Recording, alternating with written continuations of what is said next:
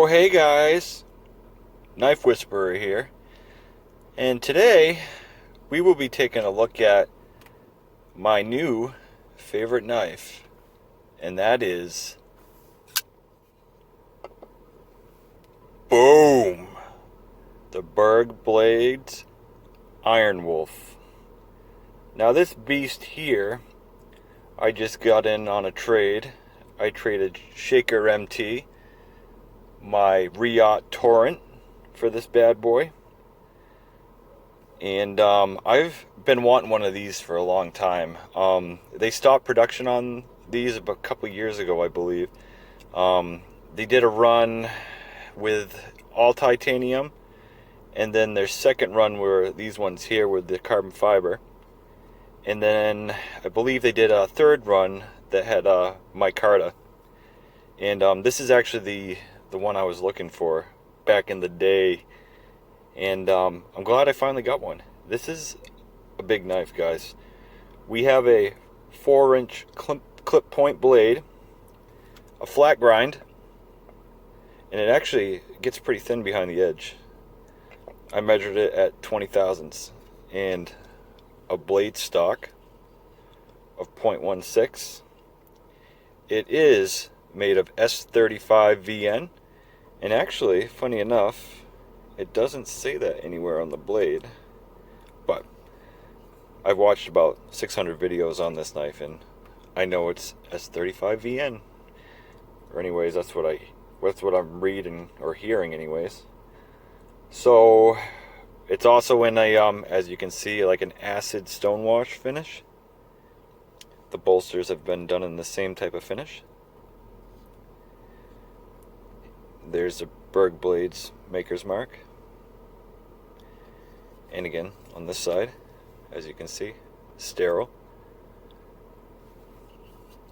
That clip point is beautiful. I love that. She's sexy, no doubt there. And on the handle here, titanium, lightning strike carbon fiber, like a bronze weave in there. It is a bolster lock, and we were just talking about this on the Blade Junkie podcast the other night.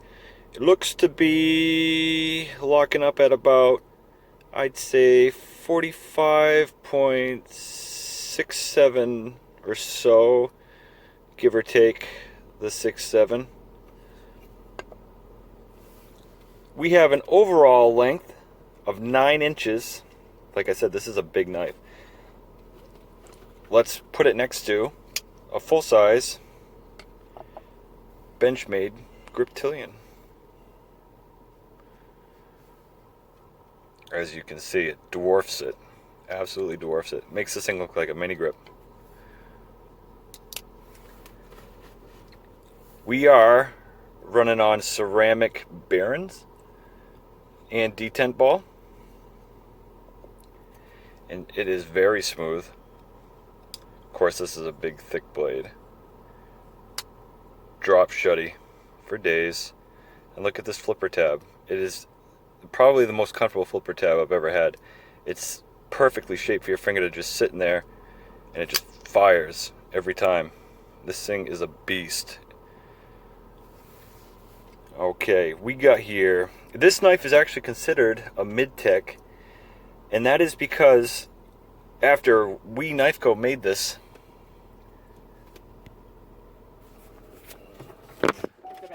oh, yep, thanks, buddy. Yeah.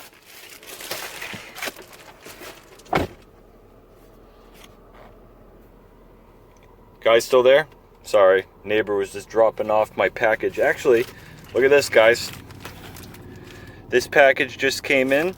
Oh, I don't want to be showing an address. From my buddy Chris Sullivan. No, Chris Lombardi. And those are the Adam Purvis knives that he sent for me to review. So if you're watching this, Chris, I just got your package, and we will be taking a look at those. Alright, back to the knife. Sorry about that, guys. As I was saying, this knife is considered a mid-tech because after Berg Blades gets it back from We is the OEM on this. So Matt Westberg sends his design to We Knife Co. and they produced it for him, and then they were shipped back to his shop, and he put the final touches on the edge. I guess he did all the stropping and stuff, and man, it's very nice, extremely sharp. So that makes this a mid-tech by definition, because it has been handled by the actual designer slash maker of this knife. And little info about Matt. So Matt Westberg is a father, a husband, and a full-time firefighter. Matt was given his first knife, I guess, at 8 years old, and shortly after started collecting knives. In 2012, he came across a knife at a knife show that he really wanted, but there was no way that he could afford the knife.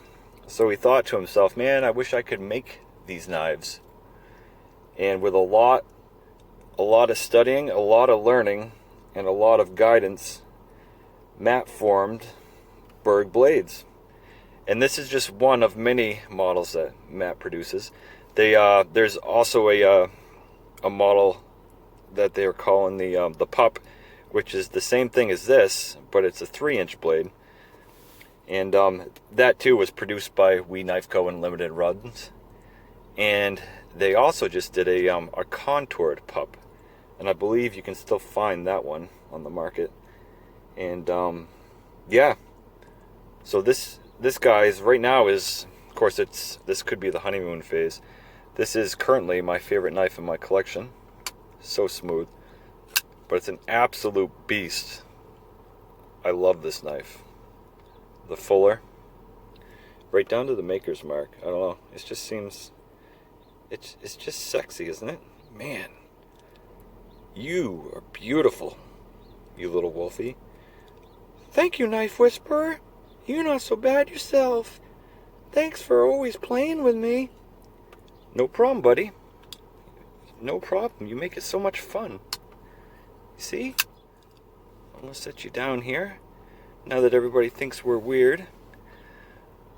Alright guys, I'm sure you guys already know from my previous videos that I'm a little touched. But like I said in other videos, that's just me being real. Just trying to add some entertainment to these things, to make them fun, edumacated. And look at, I mean, we're on a nice homemade wooden cutting board here. So the backdrop is amazing. We're in my car right now because it's really hot in my house. So I'm sitting in the car with the AC on. And waiting to get interrupted by my neighbor to get the mail. But I can't wait to crack that bad boy open and see what we have inside. So again guys, thanks for watching the video. And I hope you enjoyed my review on the Berg Blades Iron Wolf. And keep an eye out for my Purvis review I have coming up. I'm going to probably split it into two reviews, because I have some progenies in here. So I might review those separately. And then I have the progeny one, and then I have the new ones too that just came out in here. So we'll go over both the differences and the similarities, and then I'll do a video with my Zerks added in there. We'll do like a little tribute to Adam Purvis. And let me know, guys. Let me know what you think. Love hearing from you. Thank you to all my new subscribers. And as always, the Knife Whisperer loves you. Peace.